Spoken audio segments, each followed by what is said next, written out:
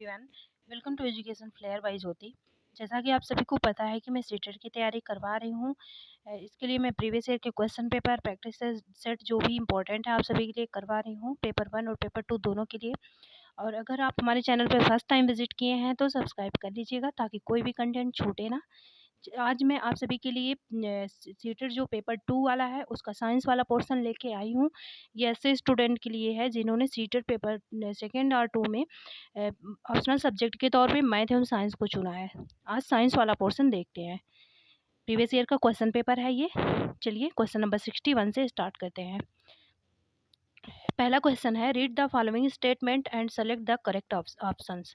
इसमें से जो ऑप्शन है उसमें से सही ऑप्शन जो है चुनना है। स्टेटमेंट है, स्टेटमेंट पे बेस्ड ये क्वेश्चन है। पहला क्वेश्चन है, पहला स्टेटमेंट जो कथन है वो है पॉलिएस्टर कपड़े सूती कपड़ों से अधिक शीघ्रता से सूखते हैं। जो पॉलिएस्टर के कपड़े होते हैं वो बोल रहा कि बहुत जल्दी जो है ड्राई हो जाते हैं एज कम्पेयर किसके, सूती कपड़े के, कॉटन जो क्लोथ्स होते हैं। फिर एक कारण इसका बता रहा है, संश्लेषित रेशे बहुत कम जल अवशोषित करते हैं।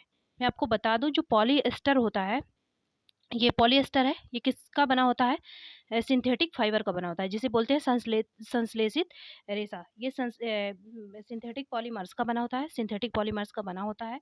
और इसकी ये खासियत होती है, ये जो वाटर अटेनिंग वाला क्षमता होता है इसका, वाटर अटेनिंग वाली चीज़ें होती हैं इसमें बहुत कम होती हैं। ये वाटर को अटेन नहीं कर पाता इसलिए ये जल्दी सूख जाता है। और ये एक क्वेश्चन और बना था, प्रीवियस ईयर का क्वेश्चन मैं करवा रही थी, इससे पहले पूछा गया था कि मानव निर्मित निम्नलिखित में से मानव निर्मित रेशा कौन सा है। तो उसका आंसर जो था वो था पॉलीएस्टर। तो ये भी याद रखिएगा, ये मानव निर्मित रेशा है। और ये बनता किसके रिएक्शन से है, ये डाई हाइड्रिक एसिड एल्कोहल और डाई बेसिक एसिड से बनता है। डाई हाइड्रिक एल्कोहल और प्लस डाई बेसिक एसिड से बनता है। पॉलिएस्टर के बारे में जो भी क्वेश्चन बन सकते हैं और भी मैं बता चुकी हूँ। चलिए देखते हैं इसका।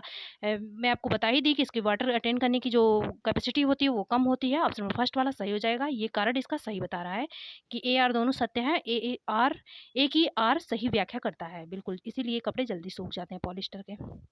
नेक्स्ट देखते हैं, क्वेश्चन नंबर 62 है। जब तक आप जिस कॉन्सेप्ट से क्वेश्चन बने हैं उस कॉन्सेप्ट को क्लियर ना कर लिए तब तक प्रीवियस ईयर करने का कोई मतलब नहीं है। चलिए देखते हैं क्वेश्चन नंबर सेकंड। निम्नलिखित अनुच्छेद को पढ़िए और उस विकल्प का चयन कीजिए जो रिक्त स्थानों को दिए गए सही, मतलब इसमें से सही जो रिक्त स्थान है उसमें भरना है। चलिए देखते हैं। एक रक्ताभ भूरे रंग की ग्रंथि है। आपको पता होगा कि इसमें जो ब्राउन ग्लैंड है वो कौन सी होती है। फिर देखते हैं, जो उदर के ऊपरी भाग में दाईं ओर अवस्थित रहती है, किस साइड में रहती है, ये राइट साइड में रहती है। उधर मतलब पेट के, ठीक है। यह शरीर की बृहत्तम ग्रंथि, यहाँ से आप आंसर इसका निकाल सकते थे। शरीर की बृहत्तम ग्रंथि कौन सी है, सबसे बड़ी जो ग्लैंड है वो कौन सी है शरीर की, वो होती है यकृत, लेकिन दो ऑप्शन में यकृत दिया है। और फिर है, यह क्या स्रावित करती है, यकृत क्या स्रावित करता है, पित्त स्रावित करता है। और वो पित्त होता कहाँ, रहता कहाँ है, पित्त पित्त जो रहता है वो पित्ताशय में रहता है। फिर क्या होता है, पित्त पित्ताशय दोनों में दिया है। फिर लास्ट वाले में देखना, जिसका भंडारण पित्ताशय में होता है और यह के पाचन में, जो पित्ताशय होता है वो किसके पाचन में, किसके डाइजेशन में हेल्प करता है। जो पित्ताशय होता है वो हेल्प करता है किसके, पित्त मतलब जो पित्त होता है वो हेल्प करता है किसके पाचन में, वसा के, फैट जो होगा, फैट का पाचन करता है पित्त। ऑप्शन नंबर सेकंड वाला सही हो जाएगा। प्रोटीन नहीं, यहाँ पे फैट होगा। ऑप्शन नंबर सेकंड वाला सही हो जाएगा। मैं आपको बता दूं सबसे बड़ी ग्रंथि जो है वो यकृत है, जिसे लीवर बोलते हैं। और इसमें जो है बाइल मतलब ये पित्त बनता है जो रहता है गाल ब्लैडर में। और ये पाचन किसका करता है, फैट का करता है। इसमें से एक एक चीज़ और ज़रूरी है, इंसुलिन की बात की जाए तो ये किस में रहता है, पैनक्रियाज में। ये देखिए यहाँ तो पैनक्रियाज में रहता है इंसुलिन, लेकिन ये पाचन किसका करता है, ये सुक्रोज मतलब ग्लूकोज का, ग्लूकोज का पाचन करता है। इसकी कमी से डायबिटीज होता है। नेक्स्ट देखते हैं, क्वेश्चन नंबर 63 है। निम्नलिखित अनुच्छेद को पढ़िए और विकल्प का चयन कीजिए जो रिक्त स्थानों को दिए गए सही क्रम में भरते हैं। चलिए देखते हैं इसमें से। भारत में फसल में विविधता है, आपको पता होगा फसल में विविधता है, कभी कोई फसल बोई जाती किसी सीजन में कोई फसल। एक इसके बावजूद फसलों के दो बड़े स्वरूप की पहचान की गई है, बिल्कुल, रबी की फसल, जायद की फसल। फिर है, जो फसलें नवंबर के मध्य में बोई जाती हैं और अप्रैल में काटी जाती हैं वे कहलाती हैं कौन सी फसलें, रबी होगी, रबी की फसल होगी। और इसमें बोया क्या जाता है, गेहूं, चना, गेहूं, चना, सरसों, मटर। इन फसलों के दो उदाहरण हैं, इसमें से कौन सा होगा, रबी का, रबी, गेहूँ, सरसों। ऑप्शन नंबर फर्स्ट वाला सही हो जाएगा, रबी, गेहूँ और सरसों। मैं आपको और भी सीजन्स के बता दे रही हूँ, क्योंकि इससे क्वेश्चन बन सकता है तो भी बन सकता है। ये जो खरीफ की फसलें होती हैं, खरीफ की फसलें ये कब बोई जाती हैं? जून और जुलाई में बोई जाती हैं। जून और जुलाई में आपको पता हो, अब चल गया होगा कि जून जुलाई में कौन सी फसलें बोई जाती हैं। ये बोई जाती हैं धान, बोया जाता है धान। फिर देखते हैं जो जायद की फसलें, एक जायद की फसलें होती हैं, जायद की जो फसलें होती हैं ये कब बोई जाती हैं? ये मार्च अप्रैल में बोई जाती हैं, मार्च और अप्रैल में बोई जाती हैं। और ये कौन सी फसलें होती हैं? इसमें खीरा है, ककड़ी है, भुट्टा है, ये सब चीज़ें बोई जाती है। नेक्स्ट देखते हैं, इसका सही आंसर होगा ऑप्शन फर्स्ट वाला, रबी, गेहूँ, सरसों। फिर है नीचे ये चार्ट दिया गया है जिसमें टेम्परेचर दिखाया गया है और बोल रहा है ये किस प्लेस का है। दिया गया मौसम चार्ट किसी भारतीय शहर के 1991-221 के पहले 7 महीने के मौसम का औसत दर्शा रहा है। ठीक है, इसमें हम क्या देखेंगे, इस आंसर को निकालने के लिए हम देखेंगे कि सबसे ज़्यादा जो है सबसे कम टेम्परेचर कहाँ का हुआ। ये देखिए सबसे कम टेम्परेचर किसका हुआ? न्यूनतम तापमान 7.5 तक जा रहा है, 7.5 डिग्री सेल्सियस तक जा रहा है। और सबसे हाईएस्ट कितना जा रहा है? सबसे हाईएस्ट जो जा रहा है वो ये वाला है शायद, हाँ 37.4 वाला। ये सबसे हाईएस्ट, सबसे लोवेस्ट ये वाला जा रहा है। ये कहाँ का होगा? करनाल एक हरियाणा का प्लेस है, हरियाणा। हरियाणा में खूब गर्मी भी होती है, जहाँ खूब गर्मी हो और खूब ठंडी हो, वो कौन सा प्लेस है? ऑप्शन नंबर थर्ड वाला सही हो जाएगा, करनाल, क्योंकि वो राजस्थान के बगल में पड़ता है, वहाँ ठंडी भी खूब होगी, गर्मी भी। यहाँ पे इसका आंसर शिमला क्यों नहीं हुआ? शिमला आप जो है 7.5 जो डिग्री सेल्सियस देख के शिमला मत लगा दीजिएगा, क्योंकि शिमला के बारे में आपको बता देती हूँ, यहाँ बहुत ठंडी, बहुत ज़्यादा ठंडी पड़ती है। यहाँ पे जो टेम्परेचर होते हैं -10 डिग्री सेल्सियस तक पहुँच जाते हैं। ये सबसे अभी तक जो सबसे कम टेम्परेचर वहाँ पे नोट डाउन हुआ है वो -10 डिग्री सेल्सियस तक हुआ है, इसलिए 7.5 डिग्री सेल्सियस वहाँ के लिए कॉमन टेम्परेचर है। इससे भी बिलो आ जाता है, नेगेटिव में वहाँ का टेम्परेचर हो जाता है, तो इसलिए ये ऑप्शन नहीं हुआ शिमला का। बाकी कोची है, चेन्नई है, ये समुद्र के तट पे पड़ते हैं, यहाँ समुद्र के तट पे पड़ते हैं। यहाँ पे बहुत ज़्यादा ठंडी या बहुत ज़्यादा गर्मी का कोई चांस ही नहीं है। यहाँ पे मौसम जो होते हैं मॉडरेट रहते हैं, इसलिए सही आंसर हुआ इसका करनाल, हरियाणा का ये प्लेस है। फिर देखते हैं, और इसमें शिमला में जो न्यूनतम टेम्परेचर होता है -10 डिग्री सेल्सियस तक पहुंच जाता है, और हाईएस्ट वाला जो टेम्परेचर होता है 32 डिग्री सेल्सियस तक के पहुंच जाता है, 30 से 35 के बीच में रहता है, इससे ज़्यादा ये नहीं होता। ये देखिए 37 दिया था। नेक्स्ट देखते हैं, क्वेश्चन नंबर कौन सा है? 65 है। निम्नलिखित कथनों को पढ़िए और सही विकल्प का चयन कीजिए। फास्फोरस को केरोसिन में भंडारित किया, केरोसिन को पता होगा मिट्टी का तेल गाँव में बोलते हैं। फास्फोरस को केरोसिन में भंडारित किया जाता है, केरोसिन में। फास्फोरस में मैं आपको बता दूं सबसे ज़्यादा रिएक्टिव कौन सा फास्फोरस होता है? व्हाइट फास्फोरस होता है सबसे ज़्यादा रिएक्टिव। लेकिन इसे रखा किस में जाता है? वाटर में रखा जाता है, वाटर में, केरोसिन में नहीं रखा जाता। केरोसिन में किसको रखा जाता है? इस क्वेश्चन को पहले कर लेते हैं। फिर बोल रहा है वायु के संपर्क में फास्फोरस में आग लग जाता है, बिल्कुल सही है, ये बहुत ज़्यादा एक्टिव होता है व्हाइट फास्फोरस। ये जैसे ही वायु के संपर्क में आएगा इसमें आग लग जाएगा। लेकिन ये पहला वाला जो है ये गलत है, केरोसिन नहीं, इसे वाटर में रखते हैं। ए सही है, परंतु आर असत्य है। ए सत्य है, आर असत्य है, इसका ऑप्शन नंबर फोर्थ वाला सही हो जाएगा। नहीं, ये वाला ए असत्य है परंतु आर जो है सत्य है, ये वाला ऑप्शन थर्ड वाला सही हो जाएगा। ए वाला सही है और ये वाला ए वाला गलत है, ये गलत है, नहीं तो कन्फ्यूज़ हो जाएगा बार बार इसमें उसमें। और ये वाला आर वाला सही है। फिर देखते हैं, अगर केरोसिन की बात हुई है, केरोसिन की, केरोसिन में रखा जाता है क्या? सोडियम पोटेशियम, ये भी बहुत एक्टिव होते हैं। सोडियम और पोटेशियम को, ये भी वायु में आग पकड़ लेते हैं, इसलिए इनको केरोसिन में रखा जाता है, सोडियम और पोटेशियम को। लेकिन वाटर में किसको रखा जाता है? वाटर में एक पिक्रिक एसिड को रखा जाता है, दूसरा रखा जाता है व्हाइट फास्फोरस को। अगर कभी कभी ये भी क्वेश्चन पूछता है, एक बार पूछा गया था कि जो फास्फोरस होता है, रेड फास्फोरस होता है, येलो फास्फोरस, व्हाइट फास्फोरस, इसमें कौन सा सबसे ज्यादा एक्टिव होता है? तो वो होता है व्हाइट फास्फोरस। नेक्स्ट देखते हैं, क्वेश्चन नंबर 66 है।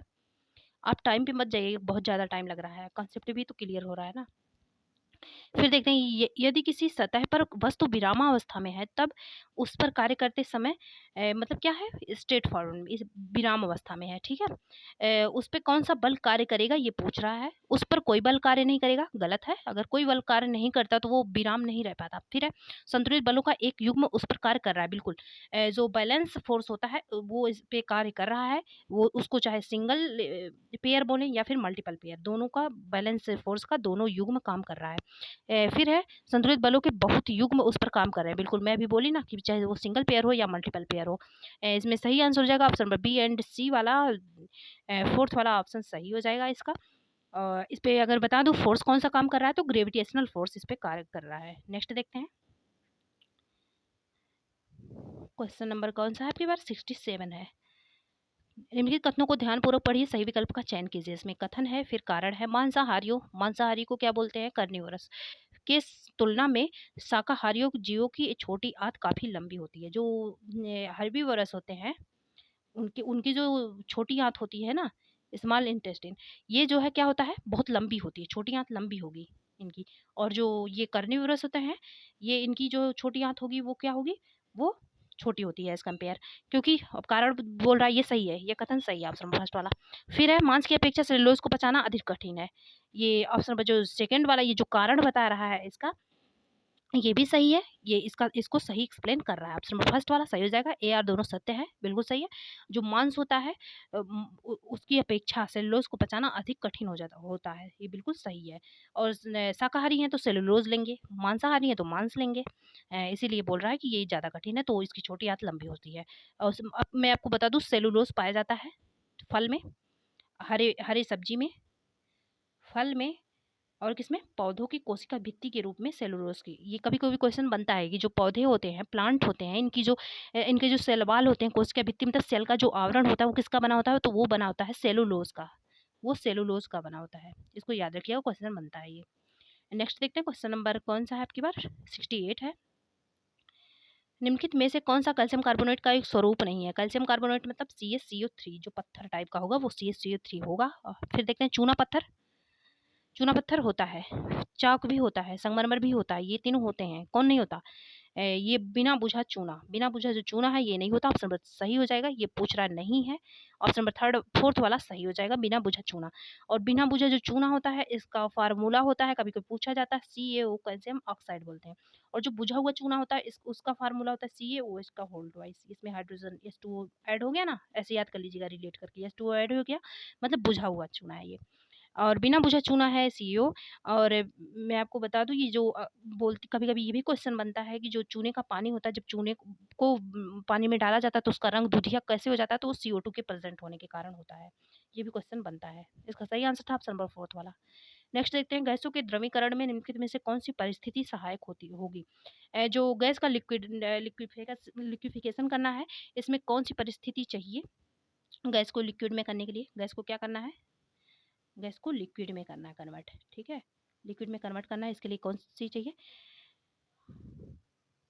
तापमान में ह्रास और गैस को हाँ, आपको इससे पहले बता दे रही हूँ। जैसे मान लीजिए ये बीकर है कोई, इसमें आप वाटर लिए, इसको क्या किए, हाई टेम्परेचर करके गर्म कर दिए, हाई टेम्परेचर पे क्या करिए, गर्म कर दिए। अब यहाँ पे एक प्लेट लिए, इसको ढक दिए।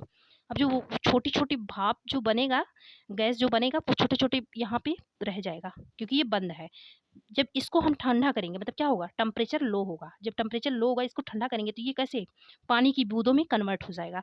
लेकिन क्या इस ढक्कन को उठाना है, इस जो प्लेट है इसको उठाना नहीं उठाना? इसका मतलब क्या है, प्रेशर हाई है, प्रेशर हाई हो रहा है और टेम्परेचर लो हो रहा है, क्योंकि हम टेम्परेचर ठंडा कर रहे हैं, तब ये गैस जो है बूंदों में कन्वर्ट होगा। लेकिन जो प्रेशर ये जो प्लेट इस पे प्रेशर डाल रहा था, इसको हम प्लेट को नहीं हटाएंगे, इसी तभी तो वो जल की बूंदों में कन्वर्ट होगा, मतलब प्रेशर हाई रहेगा, टेम्परेचर लो होगा। किसमें है? ऑप्शन नंबर थर्ड वाला सही हो जाएगा, टेम्परेचर में ह्रास और दाब में वृद्धि। नेक्स्ट देखते हैं, क्वेश्चन नंबर कौन सा है ये, 10 वाला। हाँ, चलिए देखते हैं इसमें, क्वेश्चन नंबर 70 को देखते हैं। बुरादा और जल, ये जो होता है ये प्रोसेस बोल रहा है कि वाष्पीकरण किसे कहते हैं। अब केंद्रण, छानना, ये सब मिलाना है कि इसको किसके द्वारा अलग किया जाएगा। पृथक्करण की विधियां है, सेपरेट करना है, किन की विधि द्वारा कौन सा सेपरेट होगा। बुरादा और जल कैसे होगा? कोई मान लीजिए वाटर है, इसमें बड़े बड़े कोई बुरादा पड़ गया, टुकड़ा पड़ गया, क्या कर लेंगे हम, छान लेंगे। ऑप्शन नंबर पहले का क्या हो जाएगा, ए का तीसरा। किसमें है ए का तीसरा? अब दो ऑप्शन में है।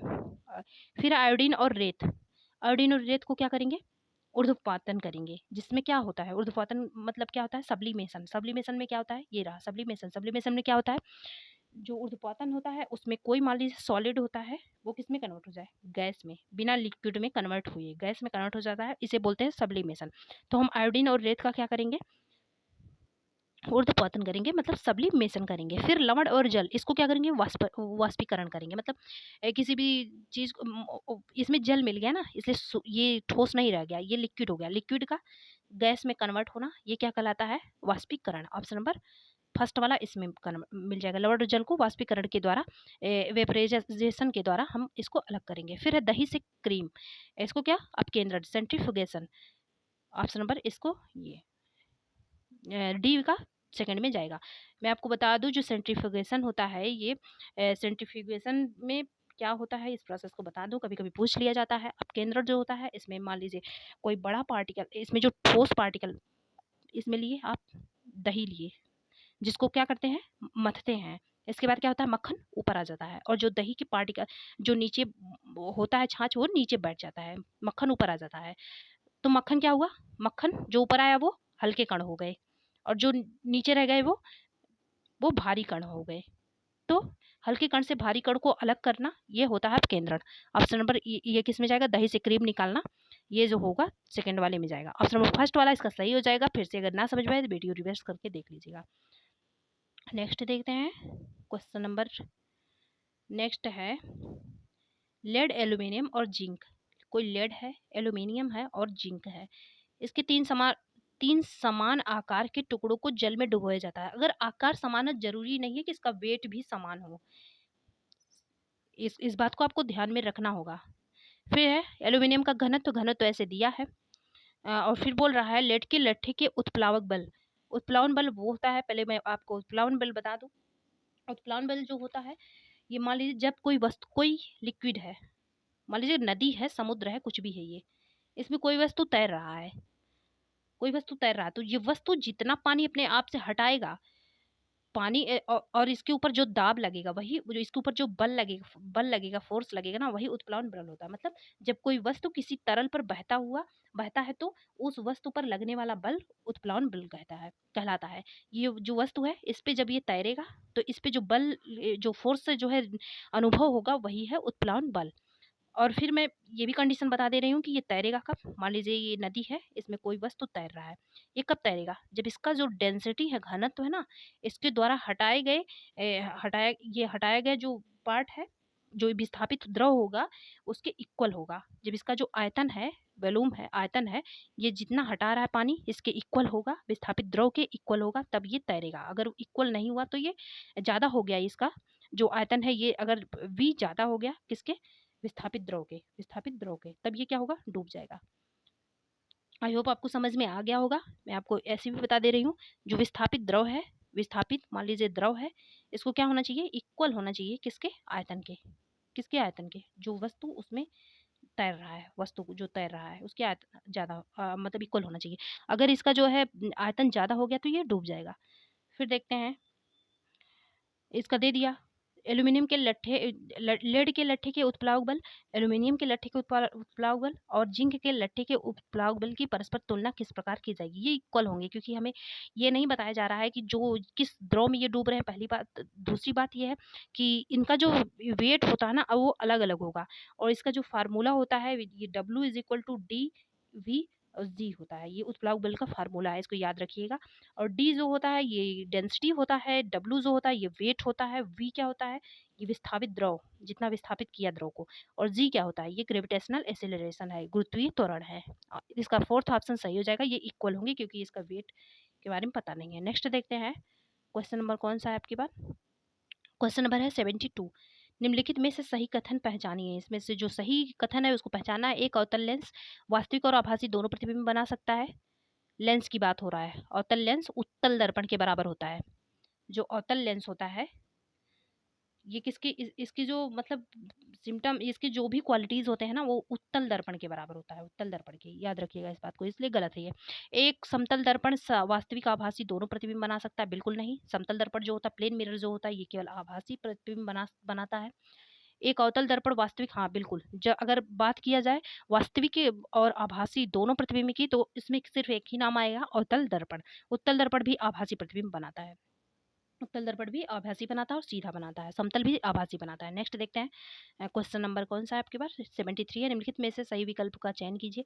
नल का जल विद्युत का सुचालक होगा, बिल्कुल होगा, क्योंकि वो प्योर मतलब डिस्टिल वाटर थोड़ी ना है। डिस्टिल वाटर जो होता है वो विद्युत का जो कंडक्टर नहीं होता, वो इंसुलेटर होता है। ये होगा क्योंकि इसमें जो लवण है वो मिले होंगे, कुछ आयंस तो इसमें होंगे ही। ये बिल्कुल 100% शुद्ध नहीं होता है। नल के जल में घुलनशील लवणों के रूप में अशुद्धियाँ होती है, बिल्कुल सही है। फर्स्ट वाला सही हो जाएगा, ये इसको इसकी व्याख्या कर रहा है, दोनों सही है। नेक्स्ट देखते हैं, क्वेश्चन नंबर 74 है, निम्नलिखित में से कौन सा पौधा रूपांतरित जड़ है? आप कोई भी मतलब फल लीजिए, कुछ भी लीजिए, अगर उसके नीचे मान लीजिए जैसे लहसुन लिया, ठीक है, लहसुन लिया, इसके नीचे ऐसे ऐसे रेसेस निकले रहते हैं, ऐसे मान लीजिए लहसुन है, इसके नीचे ऐसे ऐसे रेसेस, मतलब ये क्या है, ये क्या है, ये तना आ गया, क्योंकि इसके पास जड़ ऑलरेडी है, जिसका जो खाने वाला पोर्शन है तना हो गया तब। इसमें से पूछ रहा है जड़ कौन सा है, सलजम और गाजर होगा, जो गाजर होता है सलजम होता है, इसके नीचे आप ऐसे ऐसे रेसे नहीं देखेंगे, इसलिए सलजम और गाजर हो गया, ये तरीका होता है पहचानने का। नेक्स्ट देखते हैं, निम्नलिखित में से कौन जीवाणु रोगों का एक युग्म है? जीवाणु से जो होता है वो होता है हैजा और टाइफाइड। ऑप्शन नंबर फर्स्ट वाला सही हो जाएगा, जीवाणु से होने वाला रोग हैजा और टाइफाइड है। फिर देखते हैं और भी देख लेते हैं, जीवाणु से कौन कौन सा रोग होता है। जीवाणु से और टीबी भी होता है, निमोनिया भी होता है, जीवाणु से निमोनिया भी होता है, टीबी भी होता है। और जो विषाणु होता है, विषाणु मतलब वायरस जो होता है, इससे जुकाम होता है। ये क्वेश्चन में पूछा गया था, एक एग्जाम देने गई थी मैं, उसमें पूछा गया था जुकाम जो होता है ये किस वायरस से होता है, ये पूछा गया था, तो उसका आंसर था राइनो वायरस। और भी मैं आपको बता देती हूँ विषाणु से होने वाले, इसका तो आंसर ये है, जीवाणु से पूछा गया था। और भी बता देती हूँ, विषाणु से चेचक है, और जितने टीके लगाने वाली चीज़ें बीमारियाँ होती हैं ना, जैसे चेचक का टीका लगता है, कोविड का टीका लगता है, पोलियो का टीका लगता है, रेबीज़ का, ये सब आप ट्रिक से याद कर लिया करिए, ये सब क्या है, ये सब विषाणु है, बैक्टीरिया है, मतलब वायरस से होते हैं। और प्रोटोजोआ से होने वाली बीमारी है मलेरिया, प्लाज्मोडियम से होता है मलेरिया, प्लाज्मोडियम पैरासाइट से। फिर है ट्रिपनोसोमा, एक नींद की बीमारी है, ट्रिपनोसोमा, ट्रिपनोसोमा ये नींद की बीमारी है, इसको पूछा जाता है कभी कभी, ये भी प्रोटोजोआ से होता है, नींद की बीमारी है। नेक्स्ट देखते हैं, और ये खसरा वगैरह जो होते हैं वो फफूंद से होते हैं। नेक्स्ट देखते हैं क्वेश्चन नंबर आगे, एक चुंबक को लंबाई में 4 भागों में काटा गया, कोई चुंबक है, इसकी लंबाई में 4 भागों में इसको क्या कर दिया गया, काट दिया गया।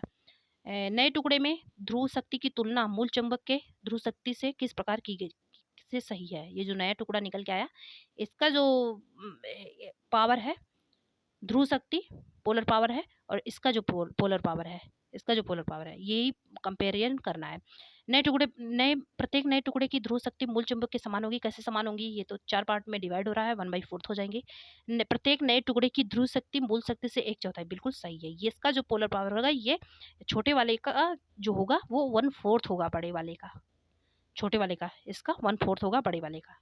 नेक्स्ट देखते हैं, क्वेश्चन नंबर 77 है, एक लड़की अपने घर से 10 किलोमीटर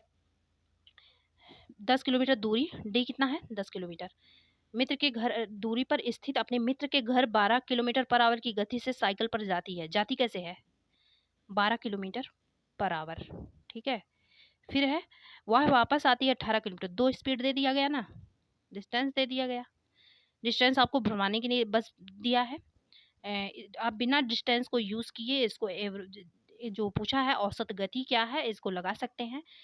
इसकी पूरी यात्रा में औसत गति क्या है, ये एक चाल दिया गया, दूसरा चाल दिया गया, इसका फार्मूला होता है 2xy अपान x प्लस वाई, 2x कितना है 12, ये चाल है x y दोनों क्रम से स्पीड है इसके, और 12 और 18 जोड़ेंगे तो कितना आ जाएगा 30, ये काट दीजिए 4 हो जाएगा, ये 10 हो जाएगा, मल्टीप्लाई करेंगे 18 × 144, 14.4 मतलब वही 5। ऑप्शन नंबर फर्स्ट वाला सही हो जाएगा, 14.5 kilometre per hour, option number first वाला सही हो जाएगा, क्योंकि यही इसके ज़्यादा नज़दीक है। नेक्स्ट देखते हैं, क्वेश्चन नंबर 78 है, एक 14 वर्षीय लड़की निरंतर थकान और चक्कर आने की शिकायत कर रही है। रक्त की जांच में उसका जो हीमोग्लोबिन है वो निकला कितना, 10, होना कितना चाहिए 12 से 16 या 15 ऐसे होना चाहिए।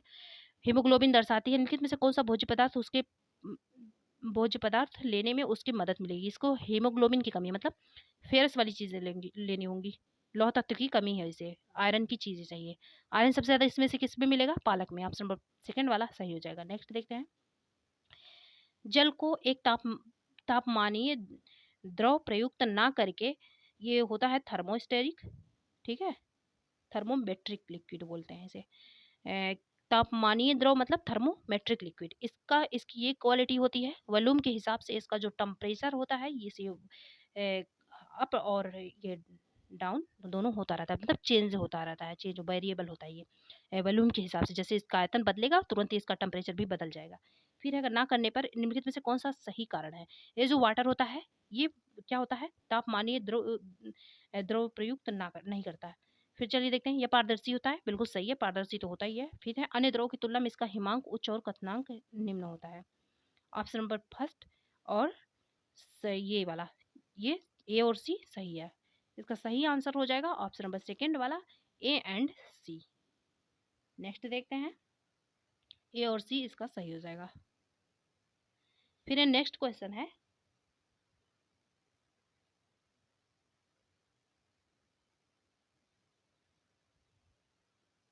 Question number 80। ठीक है, निम्नलिखित दी गई अभिधि को स्तंभ 2 में दिए गए वर्णन से, उसके वर्णन से सुमेलित करिए। ये जो है हेडिंग टाइप का है, इधर क्या है, इसका वर्णन है।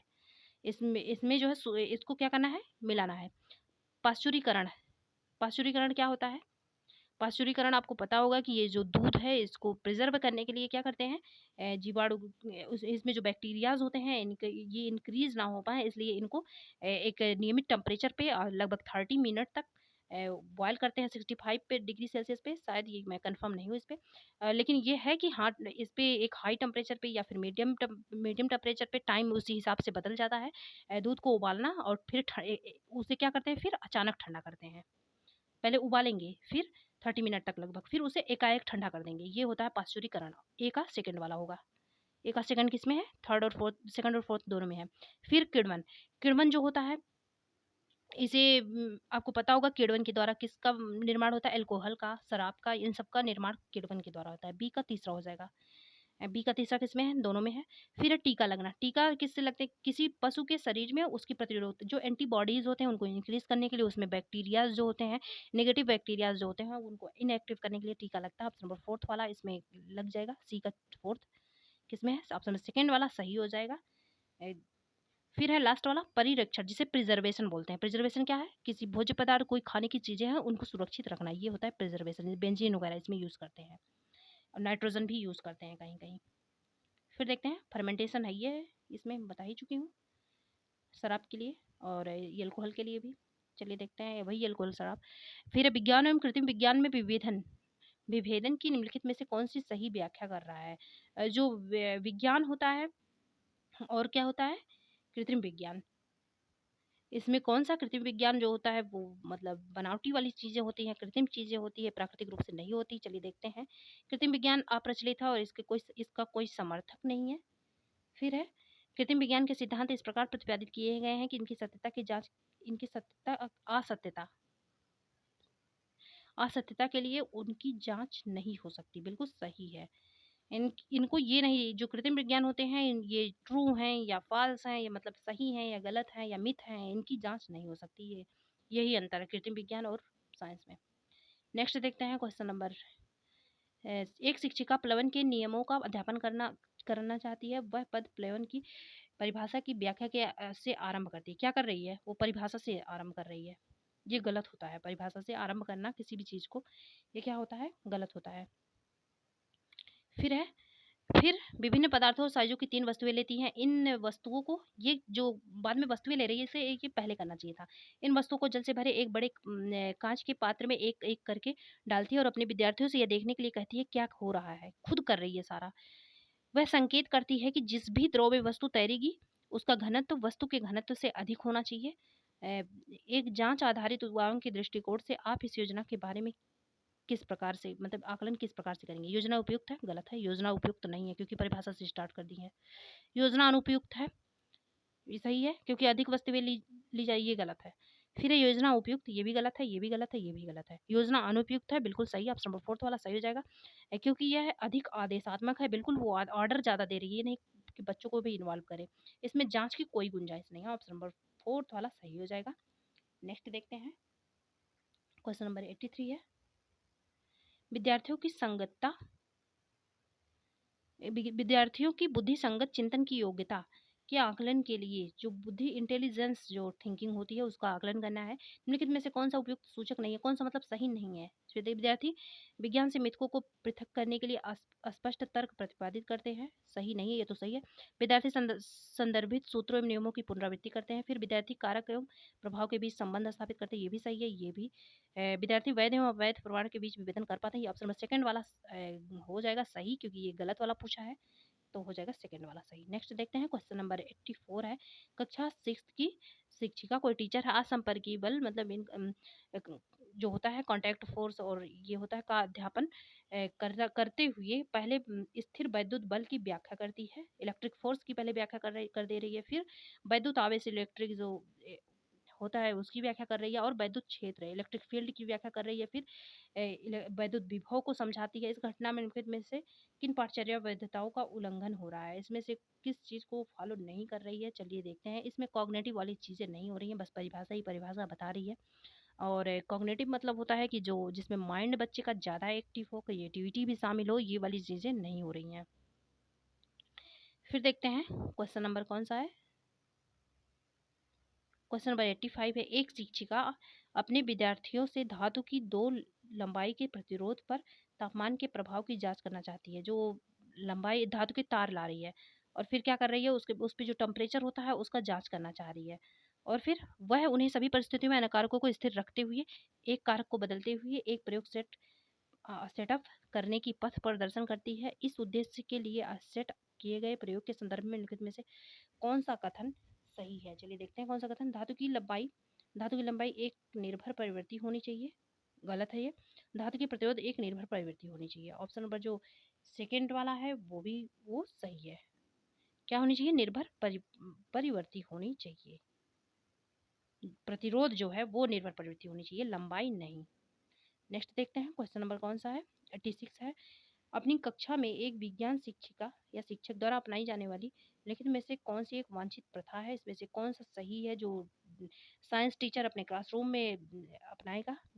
वैज्ञानिक व्याख्याएं प्रतिपादन के लिए मातृभाषा सख्ती से मना, ये गलत है, मातृभाषा को अवॉइड नहीं किया जा सकता।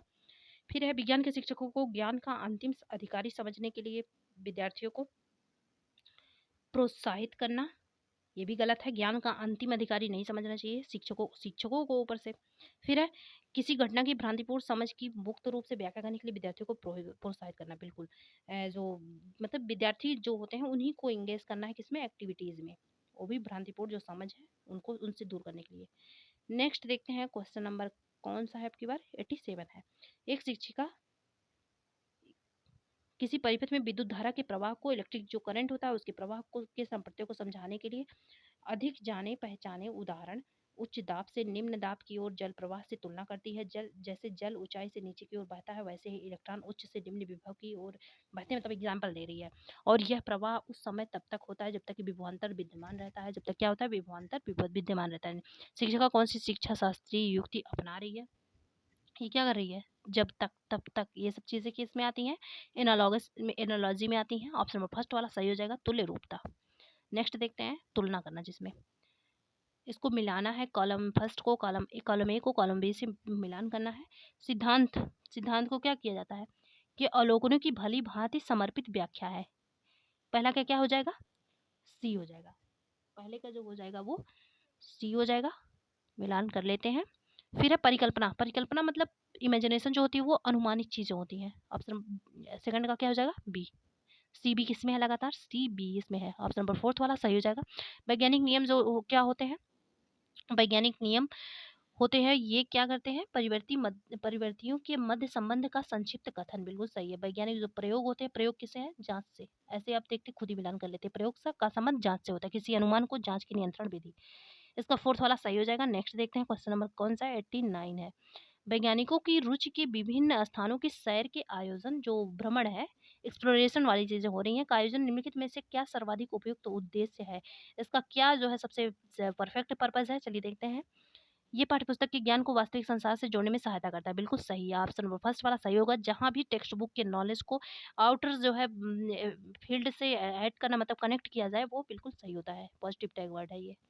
क्वेश्चन नंबर 30 है, या लास्ट बोले, माध्यमिक विद्यालय स्तर पर विज्ञान के शिक्षकों द्वारा अनुसरित निम्नलिखित में से क्या वांछित शिक्षण अधिगम प्रथा नहीं है, मतलब कौन सी चीजें डिजायरेबल नहीं है, कौन सी चीजें सही नहीं है, ये पूछ रहा है। विद्यार्थियों को विश्वास दिलाइए कि विज्ञान विषय सबके लिए नहीं है, ये गलत है, मुझे हाँ, इसका जो सही आंसर है ऑप्शन नंबर, बिल्कुल इसमें प्रोत्साहित कीजिए, पॉजिटिव टैग वर्ड है, अपनी सीमा, ये भी है, ऑप्शन नंबर फर्स्ट वाला सही है। ये चीज़ गलत है कि ये कितना गलत देखिए बोल रहा है। विद्यार्थियों को विश्वास दिलाया कि विज्ञान विषय सबके लिए नहीं है, ऐसा थोड़ी करना है। सब हाँ, सारे बच्चों को पढ़ाना है, सबको समान इसलिए तो बोलते हैं इंक्लूसिव एजुकेशन करवाना है, सबकी समावेशी शिक्षा सबको लेके चलना है। तो इसका सही आंसर हो जाएगा ऑप्शन फर्स्ट वाला, क्योंकि गलत वाला पूछ रहा था। आपको अगर पसंद आए ये सेशन तो लाइक सब्सक्राइब कर दीजिएगा, ताकि ऐसे ही कंटेंट आगे मिलते रहें और मेहनत से पढ़ाई में लगे रहिए, क्योंकि एग्ज़ाम आपका बहुत ही नज़दीक है। Thanks for watching.